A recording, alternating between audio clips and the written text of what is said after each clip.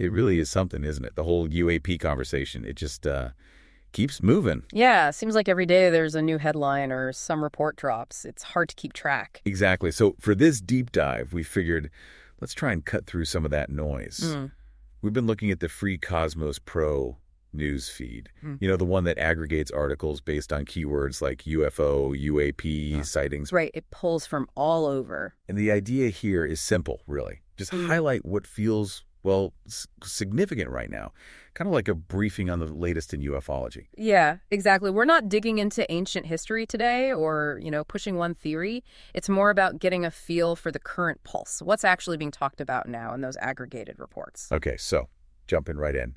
One thing that really stands out just consistently is the continued focus from government, from military sources. Still a major theme, yeah. We're seeing articles talking about official statements, maybe reports hinting at new data, that kind of thing. I think there was one piece mentioning a Pentagon official basically say, again, how seriously they're taking these encounters. From emphasizing the need to understand part, right? Sure. The capabilities being observed. Precisely. And what seems notable there, or at least what I picked up on, is this growing emphasis on the data. The push for data-driven analysis. Right. Less anecdotal, more sensor readings. Exactly. Moving towards verifiable stuff, which suggests maybe a more scientific approach taking hold inside these, well, historically quite dismissive organizations. Yeah. And that connects directly to another big theme popping up in the feed.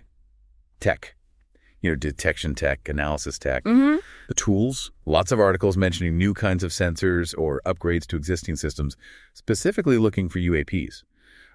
One piece talked about, I think, enhanced radar, better resolution, trying to distinguish weird stuff from like normal air traffic or birds. And that's huge, isn't it? Better tools, hopefully, mean better data. Stands to reason. Yeah, and better data is just fundamental if we're ever going to figure out what's actually going on. It's like trying to tune a radio signal through static. These tools are meant to clear that static. Makes sense. Something else that caught my eye was the international angle. The feed isn't just U.S.-centric. Oh, definitely not.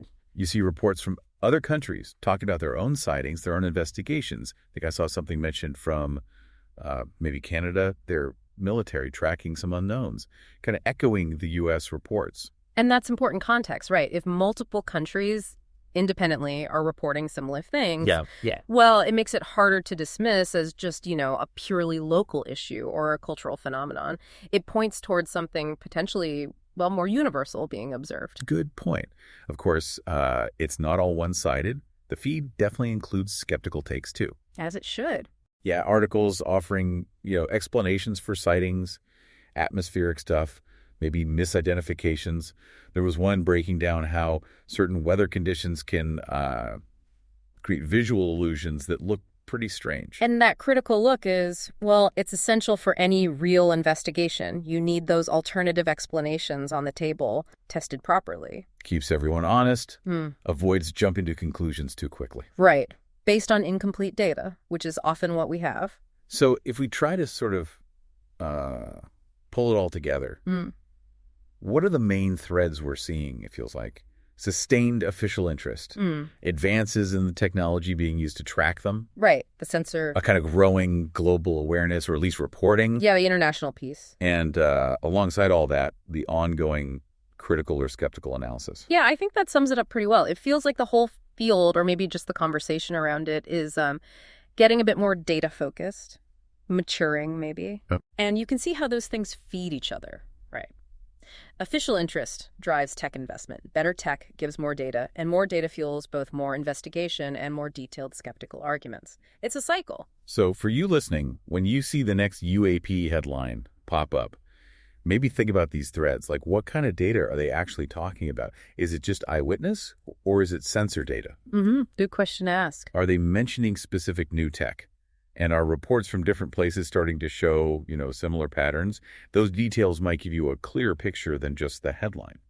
Absolutely. And I guess the main takeaway is just that this is still very much an active, developing story. Lots of moving parts, new info coming out all the time. Indeed. And that seems a good place to wrap up this deep dive into the latest happenings in ufology. Thanks for tuning in.